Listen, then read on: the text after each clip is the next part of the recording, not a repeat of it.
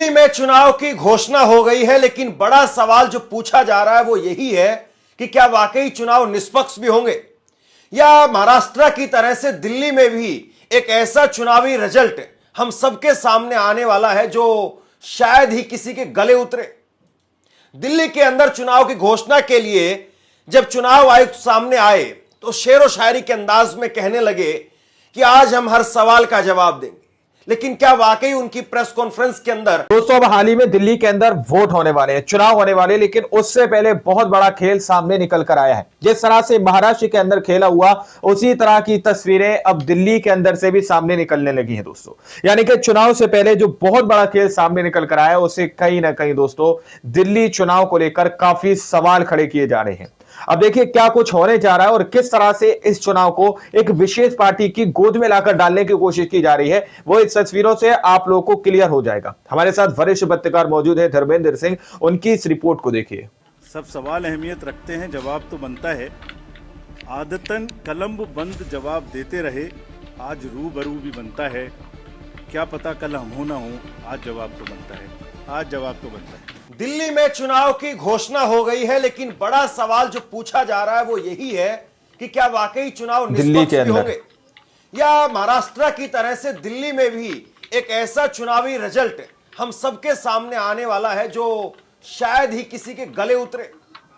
दिल्ली के अंदर चुनाव की घोषणा के लिए जब चुनाव आयुक्त सामने आए तो शेरो शायरी के अंदाज में कहने लगे कि आज हम हर सवाल का जवाब देंगे, लेकिन क्या वाकई उनकी प्रेस कॉन्फ्रेंस के अंदर हर सवाल का जवाब मिला? क्या वाकई उन्होंने हर सवाल का जवाब दिया या फिर शेरो शायरी के जरिए जो बड़ी बात थी, ठोस बात थी, उसको हल्का कर दिया? कर न सके इकरार तो कोई बात नहीं, मेरी वफा का उनको एतबार तो है।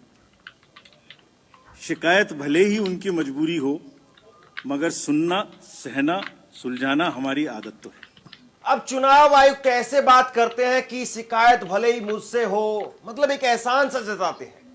इस देश के अंदर दूसरा कोई चुनाव आयुक्त तो है नहीं जिससे जाकर के हम सवाल पूछें। आज जब प्रेस कॉन्फ्रेंस हुई चुनाव आयुक्त की तरफ से तो उस प्रेस कॉन्फ्रेंस के बाद में कुछ सवाल पूछे गए, लेकिन वो सवाल जो दिल्ली को लेकर के पूछे जाने चाहिए थे, क्या वाकई उनका जवाब दिया गया? और क्या चुनाव आयुक्त ने पूरी रात भर जाग करके केवल शेरो शायरी की ही तैयारी की? शेरो शायरी की तैयारी की? बड़े सवाल पूछे जा रहे हैं, दिल्ली में कैसे वोट काटे जा रहे हैं और कैसे वोट जोड़े जा रहे हैं, इस पर भी तैयारी की? आरोपों और इल्जामात का दौर चले कोई गिला नहीं, आरोप और इल्जामात का दौर चले कोई गिला नहीं, झूठ के गुब्बारों को बुलंदी मिले कोई शिकवा नहीं। हर परिणाम में प्रमाण देते हैं, पर वो बिना सबूत शक की नई दुनिया रौनक करते हैं, और शक का इलाज तो हकीम लुकमान के पास भी नहीं। बात इतनी नहीं थी कि शेरो शायरी केवल प्रेस कॉन्फ्रेंस के अंदर कही गई। शेरो शायरी इसके बाद में बाकायदा इलेक्शन कमीशन अपनी ट्विटर हैंडल पर, ऑफिशियल ट्विटर हैंडल पर भी ट्वीट कर रहा है, आरोप और इल्जामातों का दौर चले कोई गिला नहीं, झूठ के गुब्बारों को बुलंदी मिले कोई सिकवा नहीं, हर परिणाम को प्रमाण देते हैं, पर वो बिना शक बिना सबूत के नई दुनिया रौनक करते हैं, और शक का इलाज तो हकीम लुकमानी के पास भी नहीं। हकीम लुकमानी के पास में इलाज है या नहीं, राजीव कुमार साहब, ये देश आपसे नहीं जानना चाहता है। ये देश आपसे ये बात जानना चाहता है, लोग आपसे ये बात जानना चाहते हैं, पत्रकार आपसे ये बात जानना चाहते हैं, मैं आपसे ये बात जानना चाहता हूं। सवाल इस बात का है कि जो देश के अंदर विपक्षी पार्टियां जवाब मांगती हैं आपसे, क्या आप उनका वाकई स्पेसिफिक जवाब देते भी हैं? मैं आपको आगे चल करके दिल्ली की मुख्यमंत्री की तरफ से लगाए गए आरोप वो दिखाने वाला हूं। उन्होंने कहा कि नई दिल्ली विधानसभा के अंदर जहां पर 1 लाख वोट हैं, वहां पर 6000 वोट काट दिए गए, और ये सब भी बीते 20 दिनों के अंदर आम आदमी पार्टी की तरफ से कहा गया कि बीते 20 दिनों के अंदर 5 लाख लोगों का वोट जोड़ने की अर्जी कैसे आ गई? ये लगातार अलग अलग समय पर आम आदमी पार्टी की तरफ से प्रेस कॉन्फ्रेंस करके आरोप लगाए गए।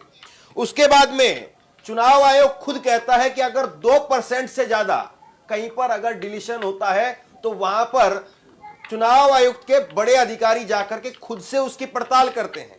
लेकिन अगर नई दिल्ली विधानसभा जहां से अरविंद केजरीवाल चुनाव लड़ रहे हैं, वहां पर अगर 6000 वोट काट दिए जाते हैं, 10,000 वोट जोड़ दिए जाते हैं, तो आप बताइए 10% और 6% के आसपास हो जाता है। तो क्या वाकई चुनाव आयुक्त के अधिकारियों ने जमीन पर जाकर के इसकी पड़ताल की? एक बार सुन लीजिए जरा तमाम जो सवाल उठाए जा रहे हैं और गौर से समझने की कोशिश कीजिए आप, क्या वाकई वो जवाब भी दे रहे हैं और उनके जवाब से कुछ कॉन्क्रीट समझ में आ भी रहा है, या केवल वो अपनी तरफ से बस जवाब दे रहे हैं और बात को इधर उधर घुमा रहे हैं? Fairness of the Indian elections are. The Indian voter is extremely aware, conscious, he understands everything. तो वही जवाब देता है. But anyway, जो प्रश्न पूछे गए उनका जवाब मुझे देना चाहिए, मैं देता हूं उनका जवाब आपको. एक जवाब देने से पहले अगर ये बात मैं कहूं कि ये पूरी पिक्चर अगर किसी को दिखा दो तो सारी पार्टीज को पता है कि वो जहां उनको वो भी हर जगह में जीते हैं. हर इलेक्शन के बाद एक परिणाम से रिलेटेड, परिणाम के बेसिस पे प्रक्रिया का आकलन नहीं हो सकता. परिणाम अपना निश्चिंत है. फिर से जो पार्टी सब जानती हैं कि वो भी जीतती हैं, अगर उसको भी शायराना अंदाज में कहा जाता तो कैसे कहते? सुनिए, शायरी सुनिए पहले. वो जानते हैं, वो जीत चुके हैं, उन्हें पता है. कर न सकें इकरार तो कोई बात नहीं, मेरी वफा का उनको एतबार तो है. शिकायत भले ही उनकी मजबूरी हो, मगर सुनना, सहना, सुलझाना हमारी आदत तो है. Friends, with this I will come to the electoral roll. अभी भी इलेक्टरल रोल के बारे में कहानी चल रही है. देखिए, आपको एक करीब 70 स्टेप्स ऐसे हैं. इलेक्टरल रोल, उसके बाद चुनावी प्रक्रिया, EVMs, polling station, form 17C, counting, जिसमें पॉलिटिकल पार्टीज और कैंडिडेट्स कॉन्टिन्यूसली हमारे साथ रहते हैं. डिस्क्लोजर्स की जो मैं बात कहता हूं वो आज मैं आपको दिखा रहा हूं कैसे. अगर जब भी इलेक्टरल रोल बनता है, रेगुलर मीटिंग्स होती हैं, फॉर्म 6 के बिना हो नहीं सकता. बीएलए हर पार्टी को अपॉइंट करने का अधिकार है. जो भी क्लेम्स एंड ऑब्जेक्शंस आते हैं वो हाथ की हाथ हर पॉलिटिकल पार्टी के साथ में शेयर किए जाते हैं. वेबसाइट पे ड्राफ्ट डाला जाता है. पोलिंग स्टेशन के रेशनलाइजेशन में कंसल्ट किया जाता है.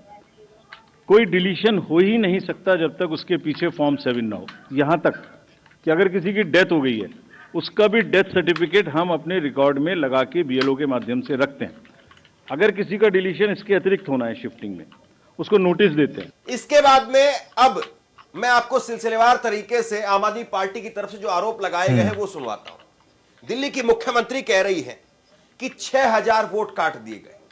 ये अपने आप में एक इतना बड़ा आरोप है जिस पर आज जवाब देना चाहिए था.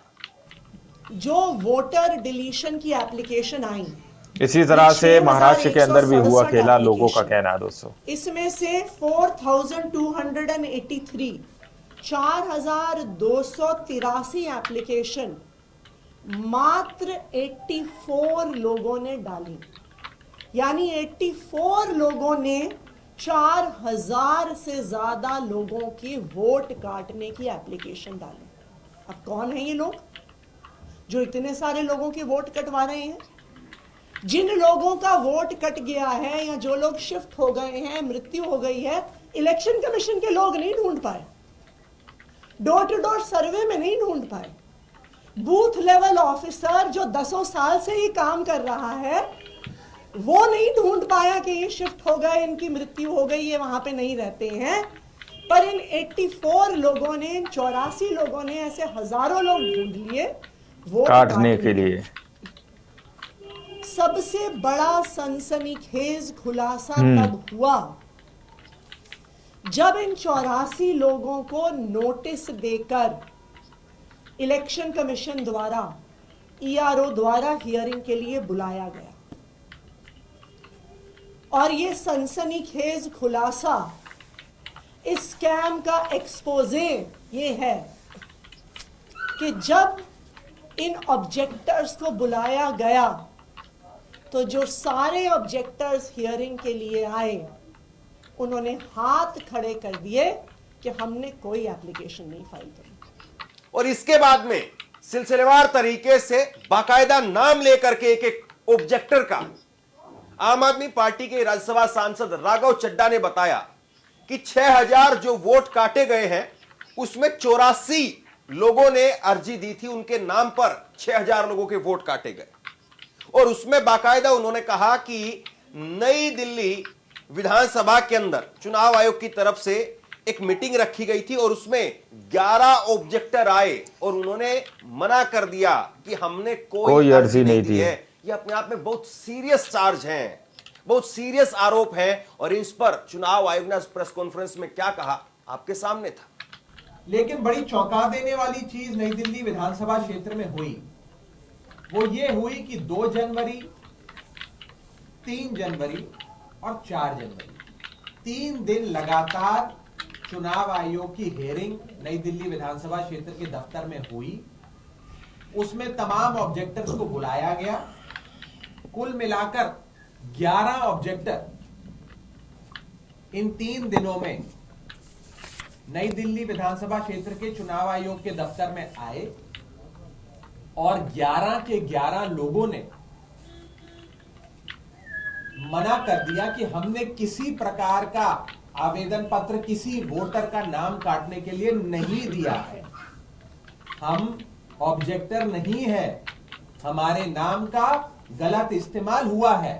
हमने ना ये फॉर्म भरा, ना इस पे साइन किया, ना किसी के वोट काटने के लिए आवेदन पत्र दिया। बताइए, सीधे तौर पर ये वोटर्स कह रहे हैं। चौंका देने दोस्तों, आप लोगों ने इस वीडियो को शुरू से आखिर तक देखा। वीडियो के अंदर साफ तौर पर बात की गई कि किस तरह से महाराष्ट्र की तरह दावा किया जा रहा है, महाराष्ट्र की तरह इसमें भी वही खेला किया जा रहा है दोस्तों। यानी कि महाराष्ट्र में जिस तरह से वोटों को काटा गया, जिस तरह से वोटिंग परसेंटेज बढ़ाया गया, वोट बढ़ाए गए, उसी तरह से दिल्ली के अंदर भी इस तरह का खेल किया जा रहा है। अभी हाल ही में आप लोगों को हमने दिखाया था कि किस तरह से दिल्ली के अंदर केजरीवाल ने आज से चंद दिन पहले भी एक प्रेस कॉन्फ्रेंस की थी, जिनके वोटों को काट दिया गया दोस्तों, ये बताकर कि वो लोग या तो अपना घर बदल चुके हैं या फिर वो खत्म हो चुके हैं, मर चुके हैं। लेकिन उन लोगों को आम आदमी पार्टी के नेताओं ने ढूंढा और मीडिया के सामने लाकर खड़ा कर दिया। उसी तरह से अब यहां पर भी दिखाया जा रहा है कि किस तरह से डिलीशन के लिए जो एप्लीकेशंस डाली गई हैं वो उनकी तरफ से नहीं डाली गई। यानी कि वोटर्स का यहां पर नाम किस तरह से काटा जा रहा है और फिर इनकी जगह पर जिस तरह से विपक्ष ये दावा करता है, विपक्ष ये आरोप लगाता है कि इनकी जगह पर वोटर्स खड़े किए जाते हैं, वोटर्स बढ़ा दिए जाते हैं दोस्तों। और उन वोटर्स के वोट किसके खाते में जाएंगे ये आप लोग बखूबी भली भांति जानते हैं। अब ये तस्वीरें दिल्ली के अंदर से सामने निकल के आ रही है। अब आप लोग जरा सोचकर बताइए, जिस तरह से यहां पर दिल्ली के आम आदमी पार्टी के कई बड़े नेता सामने निकल के आ रहे हैं, मुख्यमंत्री सामने निकल कर आए आतिशी सिंह, उन्होंने इस बात का खुलासा किया कि यहां पर वोट काटने की मुहिम शुरू कर दी गई है। तो क्या इसको देखते हुए वहां पर निष्पक्ष चुनाव हो सकते हैं? यह सवाल चुनाव आयोग से पूछा जा रहा है। क्या दिल्ली के अंदर निष्पक्ष चुनाव हो पाएंगे या वहां पर निष्पक्ष चुनाव कराए जाएंगे? ये सवाल पूछा जा रहा है दोस्तों। बाकी आप लोग के सामने A to Z ये पूरी फाइल रखी गई, ये वीडियो दिखाया गया, पूरी रिपोर्ट दिखाई गई। इस रिपोर्ट के बारे में आप लोग क्या सोचते हैं, अपनी राय को सेक्शन में जरूर दीजिएगा और सच्ची पक्की खबरें देखने के लिए चैनल को सब्सक्राइब कीजिए ताकि मेरी वीडियो का नोटिफिकेशन आपको पहुंच पाएगा। अगली वीडियो में, जब तक के लिए जय हिंद, जय भारत।